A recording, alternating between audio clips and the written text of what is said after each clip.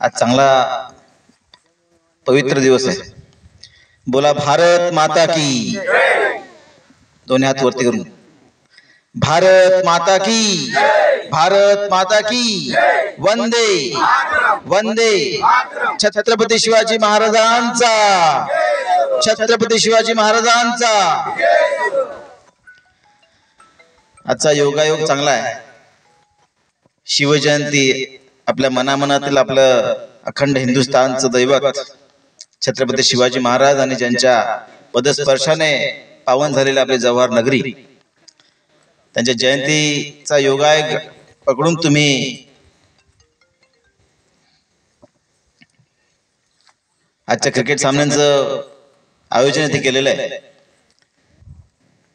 आजच्या या सामन्यांना उपस्थित असलेले आमचे सहकारी माजी सभापती सुरेश कोरडा साहेब, माजी उपसभापती चंद्रकांत रंधा साहेब, आमचे सहकारी मित्र दयानंदजी लहारे, या गावच्या प्रथम नागरिक वैशालताई धोडी, कृषी आघाडीचे आमचे जिल्ह्याचे अध्यक्ष जानूकाका माळी, काशीनाथजी मोरगा, माजी सरपंच विष्णू कोरडा, उपस्थित माजी सभापती तुळशीरामजी मोरगा साहेब, उपसरपंच मेढा साहेब,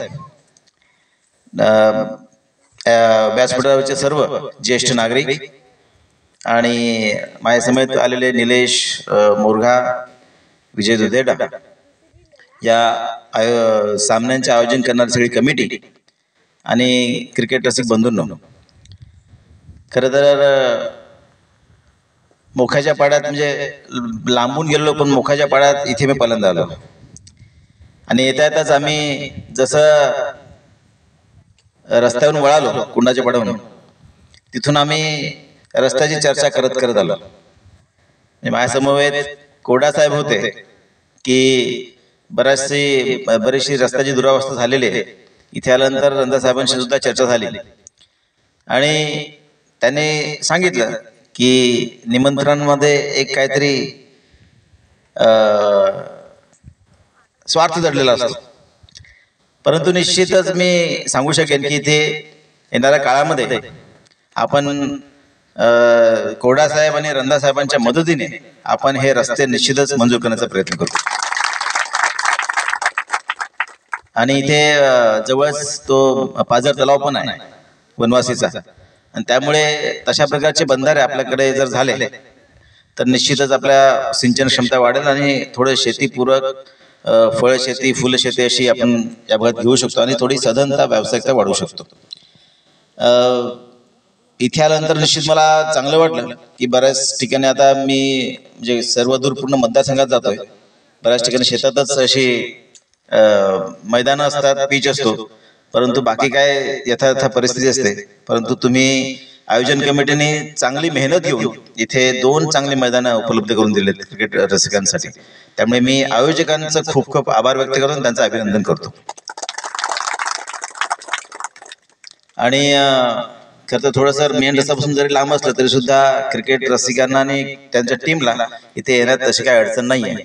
आणि त्यामुळे मी सर्व जे तरुण होतकरू आहेत त्यांना सगळ्यांना शुभेच्छा देतो. थोडंसं ऊन वाढतंय, त्याच्यामुळे थोडं सूचना एवढं देईन की जरा पाण्याची उपलब्धता खेळाडूंसाठी तुम्ही ठेवावी. थोडंसं जखमा होतात, हातापायांना थोडंसं लागतं आणि बरेचसे चेंडू झेल घेताना किंवा फिल्डिंग करताना हाताला लागतात, थोडं फ्रॅक्चर होतात. परंतु थोडंसं दुर्लक्ष करतात आपले पोरं, आणि त्यामुळे थोडंसं त्यांना विनंती करेन की जरा जर असं काय झालं तर वेळेस डॉक्टरांकडे जाऊन उपचार घेणं, एक्सरे काढणं महत्त्वाचं आहे.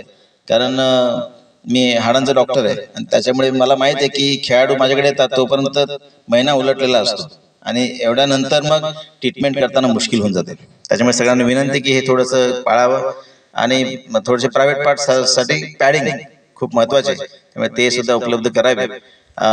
माझ्या समवेत जे काय सहकार आले त्या सर्वांचं तुम्ही यथोचित स्वागत केलं आणि निश्चितच मी तुम्हाला आश्वासित करतो की येणाऱ्या काळामध्ये आपण सर्व एकत्रित राहून आपल्या परिसरातील सर्व गावांचा पाड्यांचा विकास करण्याच्या दृष्टिकोनातून आपण निश्चित प्रयत्न करू आणि जिथे रंधा साहेबांसारखे कोरडा साहेबांसारखे प्रतिनिधी आहेत तिथे मला वाटत नाही की कोणती अडचण मला येईल आणि त्यामुळे असंच सहकार्य माझ्यासोबत तुम्ही तुमचं राहू द्या आणि येणाऱ्या काळामध्ये मी तर निश्चित म्हणेन की येणाऱ्या आता बजेट अधिवेशन आहे त्याच्यानंतर पावसाळी अधिवेशन आहे त्या दोन्ही अधिवेशनामध्ये आपण जास्तीत जास्त भरघोस निधी आपल्या भागाला कसा येईल ह्या दृष्टिकोनातून आपण निश्चित प्रयत्न करू आणि निश्चितच आपले दळणवळणाच्या दृष्टिकोनातून आपले रस्ते आपण चांगले करण्याच्या दृष्टिकोनातून आपण निश्चित प्रयत्न करू जेणेकरून शेती विषयक समस्या असतील किंवा इतर आरोग्यविषयक समस्या असतील त्यासाठी जाताना येताना निदान जव्हाला येताना काही अडचणीचा सामना